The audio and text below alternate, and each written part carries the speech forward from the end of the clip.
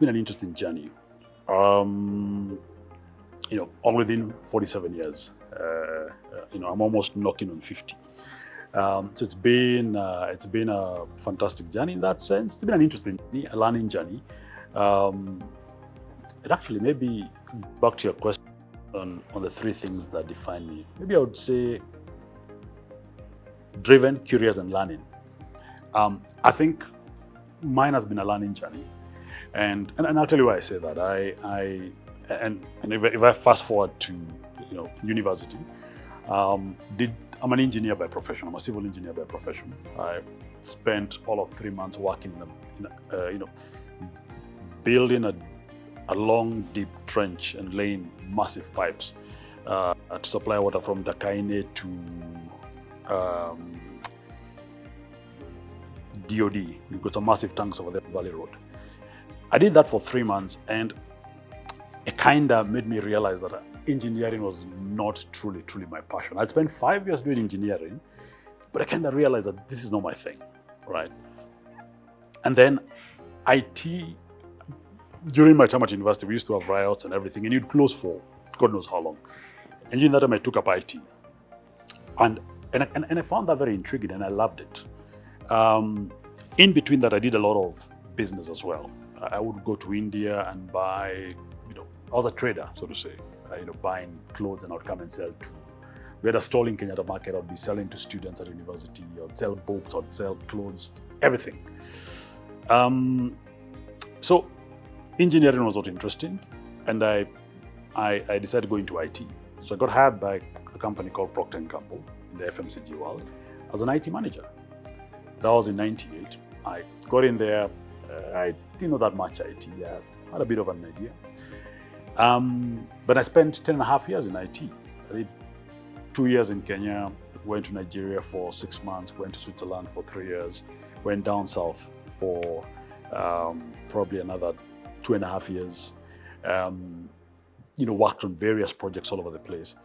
But then the trader in me was constantly calling. I wanted to be in the business. It was always calling me.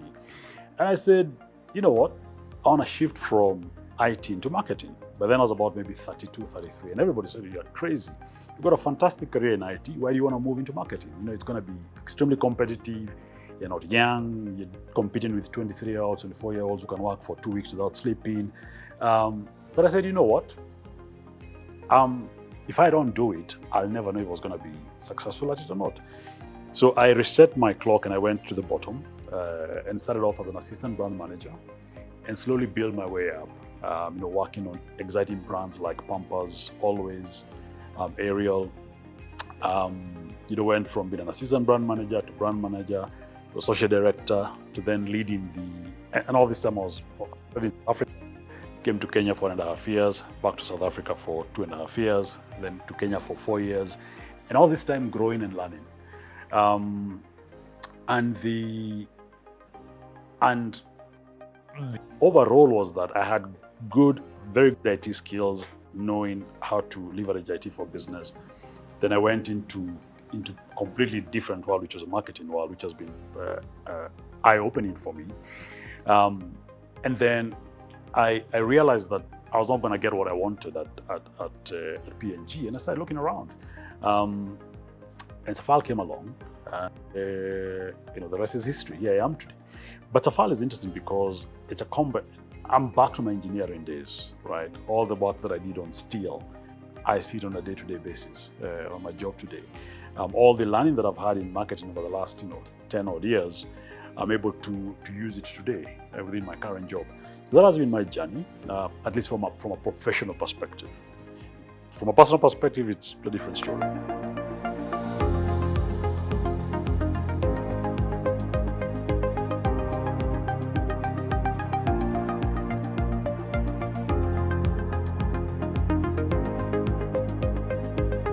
I think as an individual, I set learning objectives for myself. If I want to, I always operate on the premises that I want to know as much as I can about a topic, not just for conversation purposes, but to truly understand it. And And that is what drives me, because if I want to learn about, and I'll give you an example. I wanted to learn how to program, because I was curious about we have these underground tanks at home where you can never tell how much water is left in the tank. You have to go and open the damn thing and look inside. And I thought to myself, in this day and age of technology, there must be something that one can do. So I started reading about it and discovered that you can build little devices, little robots that you can then put in the tank that can then look at the level of the water on a going basis. And I started reading about Arduino programming. I'd done programming many years ago as an engineer, but I started reading about Arduino programming. I bought a kit, which I'm learning through. And hopefully, I built, got a little robot that I built that I showed Karen the other day. So it's that thing of saying, what do I want to do? And then from it, you put together a learning plan that you go through. I said I want to learn how to play the piano. That was 2 years ago. And I decided to be a teacher. And I have a teacher who comes, of late we've been doing online classes, but every Thursday. And I do my piano classes. So it comes from the drive. If you want to do something, then get on with it, right? But put something that you can actually track and measure as you go. If I look at it on the business side, when I joined this business, my understanding of steel was very limited. But I have set aside time to read, to discover what's in the industry. Do I know everything? No, I'm still learning. So then for the organization, I'm trying to drive the same thinking. I challenge my managers to, I call it stepping in and stepping out. Stepping in is you get in because you need to get involved. There are things that need to get done. Stepping out is saying, how are things going? What could we do different? And that aspect of saying, what can I do things differently, is what triggers learning. Because then you say, that's not working. Then you have to figure out how to make it better. And then in that process, you learn something. Learning is, I'm trying to encourage the team to learn through what I call the 10-20-70 principle. 10% is what you learn in a classroom setting. 20% is what you learn from your peers. 70% is what you learn by doing. So if you adapt that mentality, then you'll find that over time, you become proficient in things. Don't try and boil the ocean. Just take one thing, do it right, learn from it. Another thing, do it right. There's something that I've learned over the years. It's about mindset. There's a concept of a growth mindset and a fixed mindset.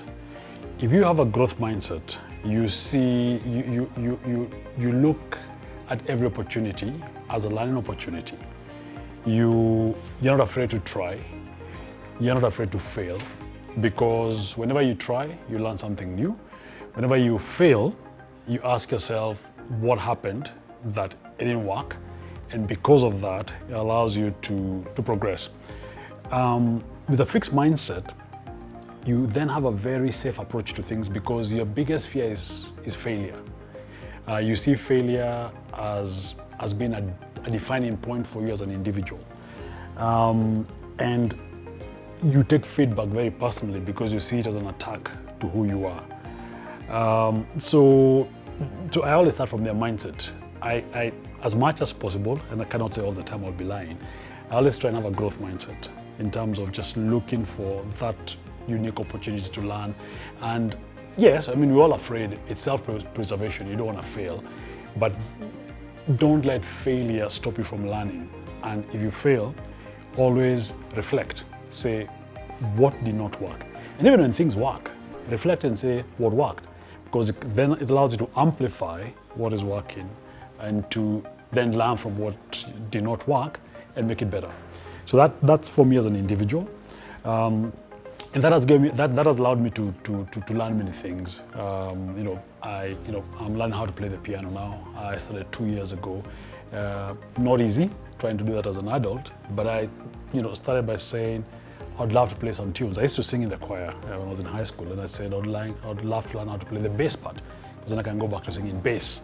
I've taken up learning how to program in Arduino, because I want to learn how to make robots that are able to do different things for me in the house.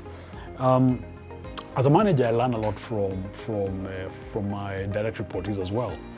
I ask questions. I like to have open conversations. I have a strong opinion and a big voice to go with, but I always tell people that I am 50% right and I'm 50% wrong. I just never know which side it is. So if you have a thought, you have an opinion, I'm more than happy to learn from it. So I do come to conversations with a strong opinion, but also with a desire to learn. I mentor people, and the benefit I get from mentoring is that I get reverse mentoring, especially the youngsters. There's so many new things that are happening now. When I mentor young people, I'm blown away by the number of things I can learn from them. So that's how I approach learning as an individual.